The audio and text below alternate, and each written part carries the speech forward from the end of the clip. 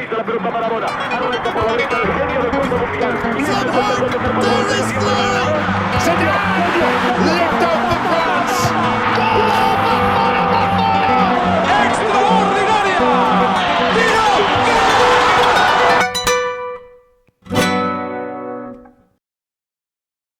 At the very last AFC Asian Cup, which just concluded a few months ago, the host nation Qatar was able to defend their title, defeating Jordan in the final. This was actually Qatar's second title after they won the last edition in 2019. However, their victory at the 2019 Asian Cup was actually far more controversial than their most recent one, mainly due to their rivalry with their Gulf neighbor, the United Arab Emirates. Rivalries in international football are one of the most exciting aspects of the sport, and just like international football in general, these rivalries are often steeped in nationalism, politics, cultural differences, and global controversies. Some of these rivalries have barely any political connotations and started mainly for sporting reasons, while others may have begun under a political pretext, but as the years have gone by, the tension remains mostly within the sports. There are other rivalries, though, which are primarily characterized by global events happening outside of football. There are many examples of these, but one that is not widely known in the English-speaking world is a rivalry between the United Arab Emirates and Qatar, which came to the forefront at the 2019 Asian Cup, hosted in the UAE. The UAE versus Qatar rivalry has several high-profile chapters to its story, but the most prominent, volatile, and contentious incident was at the 2019 Asian Cup when the host nation UAE met Qatar in the semifinals. Leading up to the semifinals, both teams had different paths to this point. The hosts UAE were drawn into Group A alongside Thailand, India, and Bahrain. In the very first match of the tournament, the Emirates struggled against their fellow Gulf state Bahrain in a very close game where an 88-minute penalty was required to secure a draw. However, they were able to follow up that match with a 2-0 win over India, despite their opponents playing well in the opening half. Knowing that a tie would see both teams go through in their third match, the UAE and Thailand played out a 1-1 draw.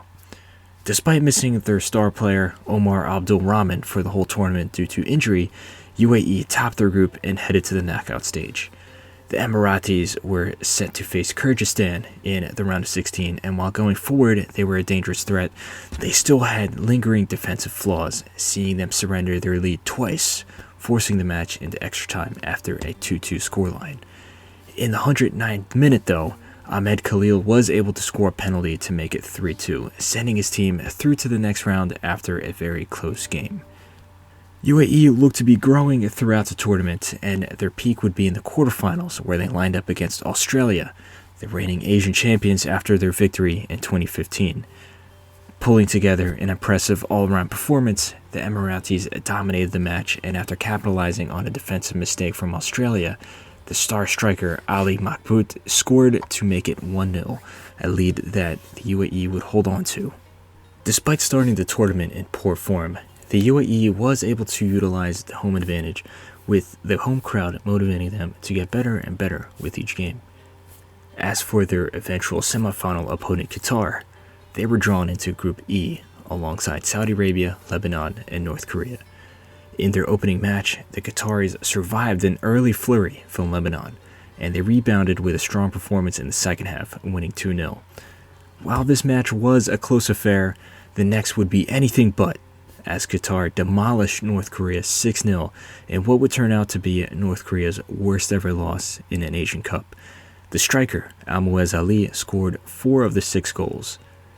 Qatar would continue their perfect start against Saudi Arabia in a match that was controversial for the same political reasons that the UAE-Qatar rivalry exists, though this match did not end up getting out of hand, both on the pitch or off of it. With yet another strong showing, Qatar won 2-0 with Almoez Ali scoring both. In the round of 16, Qatar faced Iraq and easily won 1-0 after Bassam Al-Rawi's free kick in a match that could have seen much more goals if the Qataris did not spur as many chances as they did. Qatar's biggest test thus far would be in the quarterfinals against Son Heung-min's South Korea, who were finalists at the last Asian Cup in 2015 and had just beaten Germany at the 2018 World Cup a few months prior. Overall, the match was extremely tight, but Qatar just edged it out with Abdulaziz Hatem's long-range strike in the second half proving to be the difference. With heavy expectations as the upcoming World Cup host, Qatar maintained a perfect record heading into the semifinals, scoring 12 goals and conceding 0, all while playing ruthless football. Then on the 29th of January 2019, the United Arab Emirates and Qatar were set to face off against each other in a hotly contested semifinal.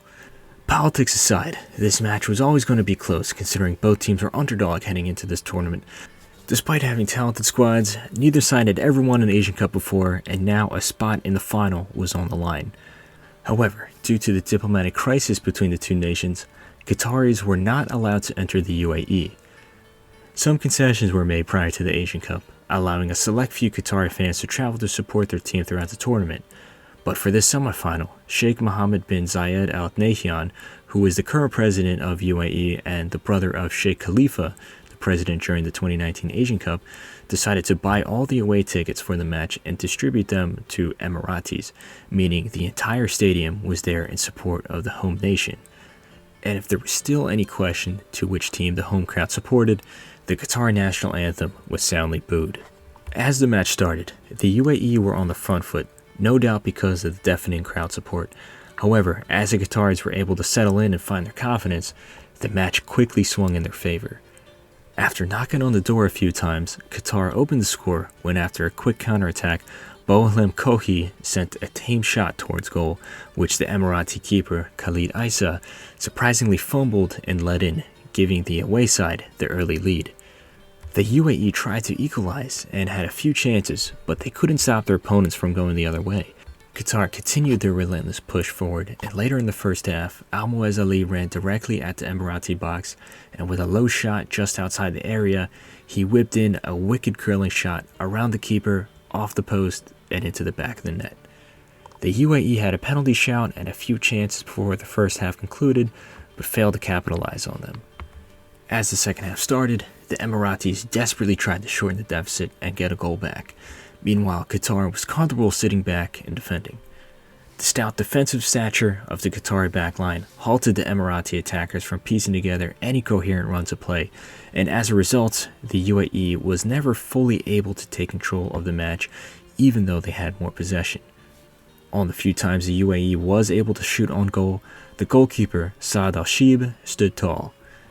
As the match went on and time was running out, the Emiratis began to collapse under their own frustration and fatigue. In the 80th minute, a series of defensive mistakes from the back line led the Qatari captain Hassan Al-Haidos through on goal where he chipped the keeper to score his team's third, essentially ending the match. Tempers continued to boil over, and Ismail Ahmed was sent off for elbowing Salim Al-Hajri in the face as things went from bad to worse for the UAE. Then to add insult to injury, Hamed Ismail came off the bench and easily scored a fourth in the last minute of added time. When the referee blew the whistle for the last time, the final score was 4-0 in favor of Qatar as they marched on to the 2019 Asian Cup final against Japan a few days later, a trophy they would eventually win, much to the detriment of the tournament host.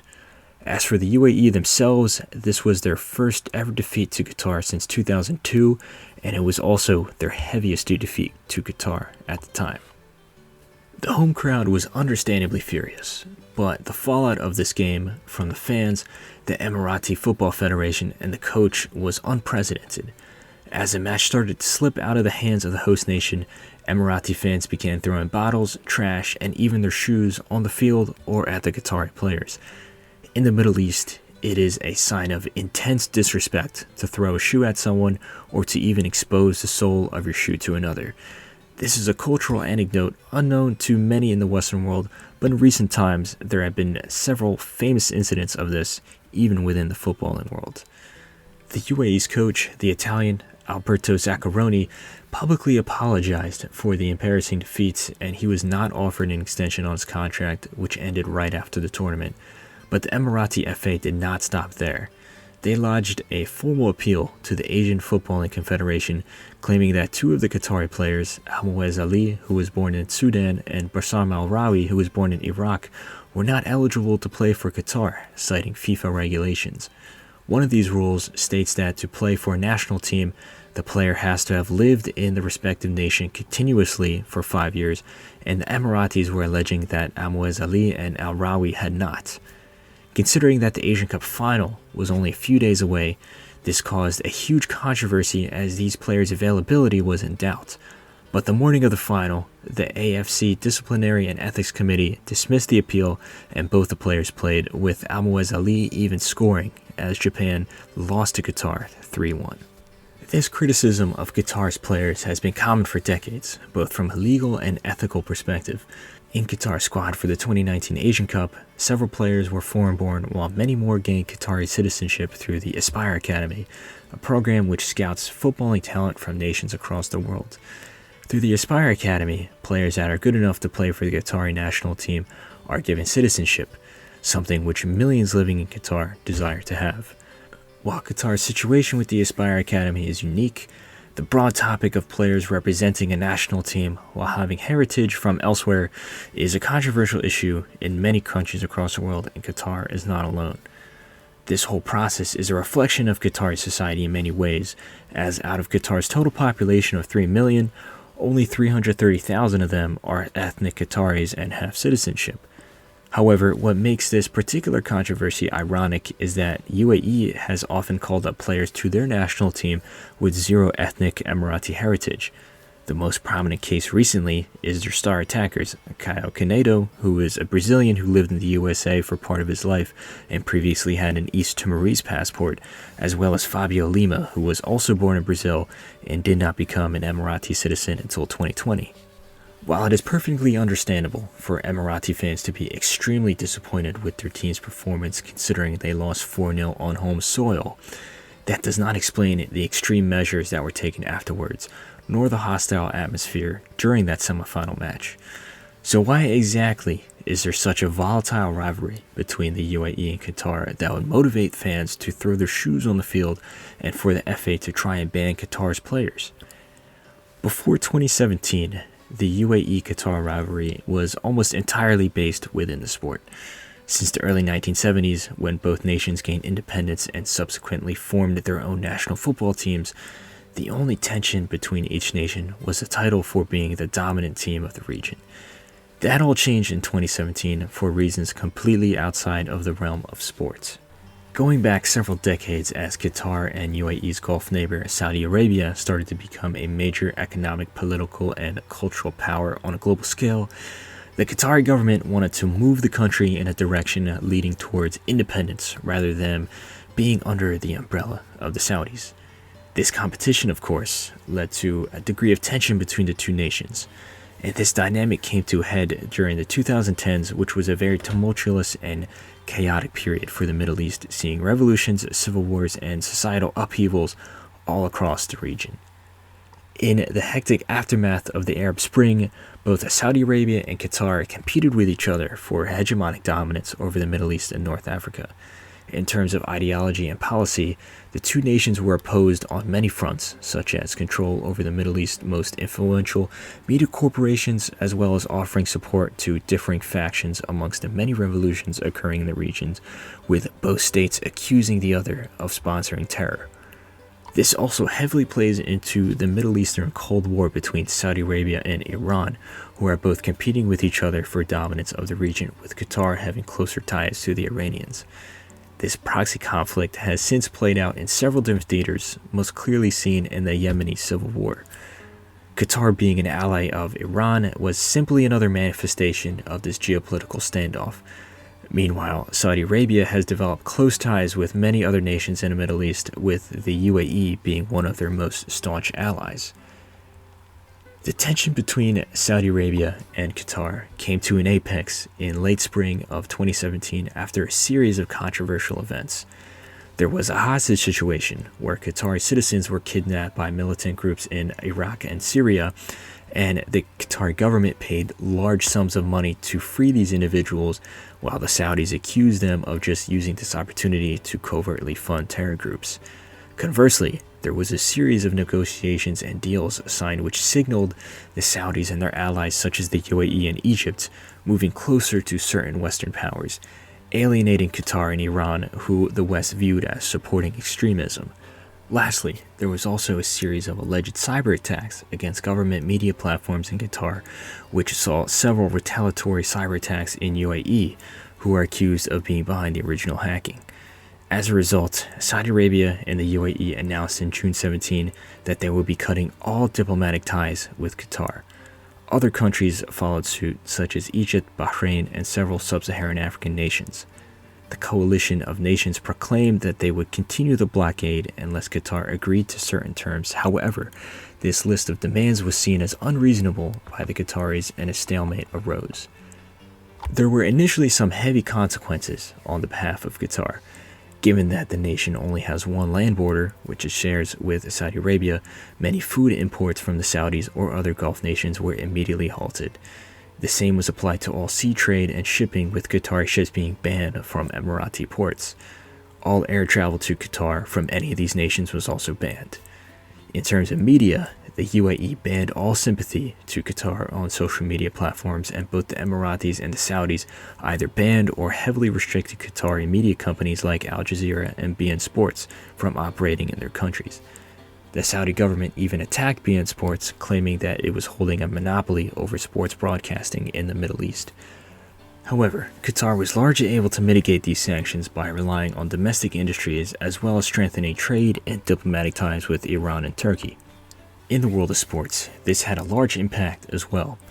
Aside from the aforementioned incident at the 2019 Asian Cup semifinals, this was actually preceded by another controversial meeting between Qatar and UAE at the group stage of the 2018 AFC U19 Championship, where before the match started, the UAE's captain refused to shake hands with the captain of Qatar.